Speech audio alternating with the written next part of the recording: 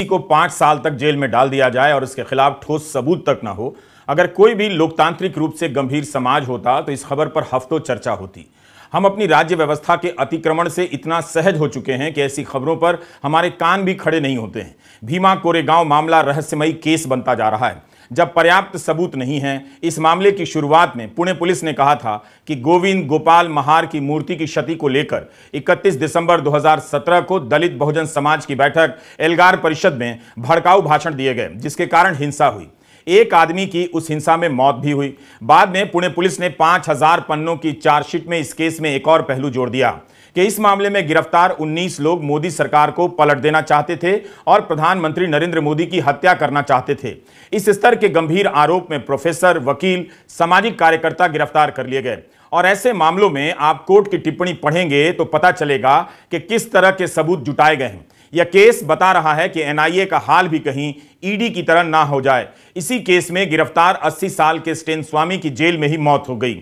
Supreme court ने 28 जुलाई को Vernon Gonsalves और अरुण फरेरा को जमानत दे दी।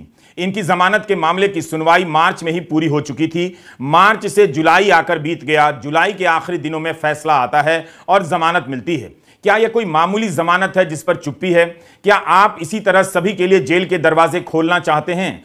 सुप्रीम कोर्ट के जस्टिस अनिरुद्ध बोस और जस्टिस सुधांशु धूलिया की पीठ ने जो कहा है उसे ही ध्यान से सुन लीजिए। कोर्ट ने कहा कि पहली नजर में याचिकाकर्ता के खिलाफ ऐसा कुछ भी नहीं दिखता जिससे स्थापित होता हो कि ये दोनों किसी सार्वजनिक पद पर विराजमान व्यक्ति की आपराधिक तत्वों के दम पर हत्या करना चाहते हो या करने की कोशिश की हो। 5 साल बीत चुके हैं और बेल के लिए पर्याप्त केस है। हम मानते हैं कि आरोप गंभीर हैं, लेकिन सिर्फ इस कारण उनकी बेल नहीं रोकी जा सकती। 5 साल के लिए जेल में अंडर ट्रायल के तौर पर नहीं रखा जा सकता है। वर्नन गोंजाल्विस और अरुण फरेरा पर आरोप था कि 2017 की भीमा कोरेगांव हिंसा में अन्य लोगों सहित इन दोनों का भी हाथ था। ये दोनों प्रतिबंधित माओवादी संगठन सीपीआई से जुड़े हैं। इसके लिए फंड जुटाते रहे। इन पर यूएपीए की सख्त धाराएं लगाई गईं और ये 5 साल से जेल में हैं। कोर्ट ने कहा कि केवल खास तरह के साहित्य का मिलना और कहना कि उनसे हिंसा की जा सकती थी, इस आधार पर यूएपीए की धारा नहीं लग सकती। हिंसा पर साहित्य रखना आतंकवादी गतिविधि के तहत नहीं आ सकता है। ये दोनों माओवादी संगठन के सदस्य हैं। इसे लेकर भी एनआईए ने हमारे सामने कोई दस्तावेज पेश नहीं किए। अरुण फरेरा के बारे में कहा गया है कि वे Indian Association of Peoples Lawyer IAPL से जुड़े हैं। यह बताने की कोशिश की गई है कि यह प्रतिबंधित माओवादी संगठन सीपीआई का हिस्सा है, लेकिन इन दोनों के बीच कोई रिश्ता है, इससे संबंधित कोई दस्तावेज पेश नहीं किया गया। एनआईए ने जो पत्र और साहित्य पेश किया है वो इधर उधर की सुनी सुनाई बातों पर आधारित लगता है।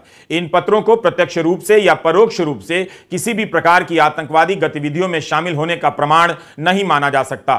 फंड जमा करने के मामले में कोर्ट ने कहा कि इस स्तर पर हमें नहीं लगता कि कोई खास सबूत है जिसके आधार पर बेल ना दी जाए। कोर्ट ने कहा कि सिर्फ हिंसा से संबंधित साहित्य रखने से यूएपीए की धारा के तहत केस नहीं बनता। हम इस निर्णय पर नहीं पहुंच पा रहे हैं कि याचिकाकर्ता के खिलाफ किसी तरह का मामला बनता भी है। सोचिए, और इस तरह से इन्हें 5 साल जेल में रखा गया। अगस्त 2019 में बॉम्बे हाईकोर्ट ने साहित्य वाली बात पर अलग से राय दी, जिसे सुप्रीम कोर्ट ने काफी नहीं माना।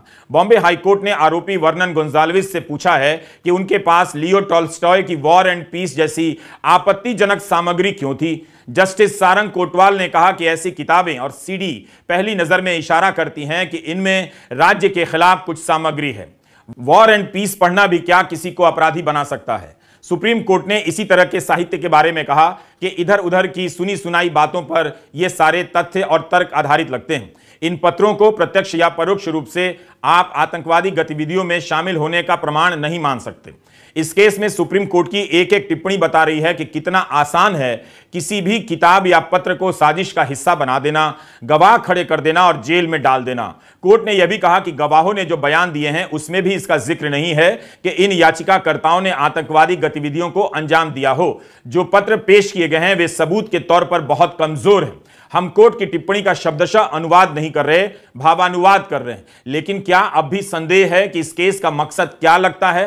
किसके लिए एनआईए जैसी पेशेवर संस्था को दांव पर लगाया जा रहा है? गोंजाल्विस और फेरेरा ने दिसंबर 2021 के एक आदेश के खिलाफ सुप्रीम कोर्ट का दरवाजा खटखटाया, जिसके तहत बॉम्बे हाई कोर्ट ने इस मामले में 8 लोगों को डिफॉल्ट जमानत देने से इनकार कर दिया, जबकि एक अन्य सह आरोपी सुधा भारद्वाज को इसका लाभ दिया गया। स्वास्थ्य के आधार पर पिछले साल वरवरा राव को बेल मिली। जरा पुरानी खबरों को पलटिए, पता चलेगा कि इस केस ने कैसे कैसे मोड़ देखे हैं।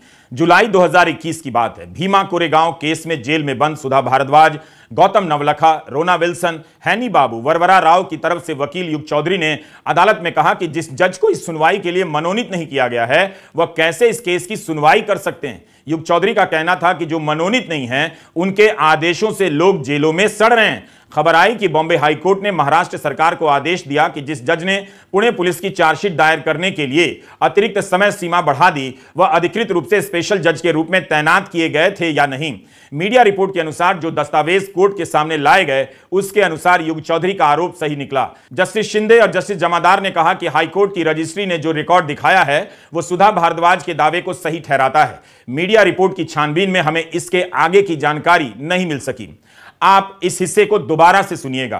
क्या यह भयानक नहीं है? क्या आप चाहते हैं कि इस तरह से जांच और न्याय व्यवस्था चले? एक बार सोचिएगा और यह भी सोच लीजिएगा कि मणिपुर में हथियारों का खुलेआम इस्तेमाल हो रहा है। मुख्यमंत्री आरोप लगा रहे हैं कि सीमा पार से आतंकवादी आ रहे हैं, वहां एनआईए का जिक्र नहीं आता है। इतनी तस्वीरें मीडिया में आने लगी हैं कि लोग बंदूकें लेकर खड़े हैं, वहां एनआईए क्यों नहीं है? लेकिन वकीलों, सामाजिक कार्यकर्ताओं और प्रोफेसरों को आतंकवादी साबित करने में एनआईए लगी हुई है। भीमा कोरेगांव केस में 5 साल से सक्रिय है एनआईए, फिर भी उससे सुनना पड़ रहा है कि जो सबूत पेश किए गए हैं काफी नहीं है, कमजोर हैं, कम से कम यूएपीए लगाने लायक तो नहीं है। जहां असली आतंकवादी गोली बंदूक लेकर घूम रहे हैं, वहां एनआईए को होना चाहिए था या नहीं? मणिपुर में तो होना ही चाहिए था एनआईए को, ना सही कम से कम बीजेपी को या फिर एनडीए को या प्रधानमंत्री को, लेकिन विपक्ष ही बार बार मणिपुर जा रहा है।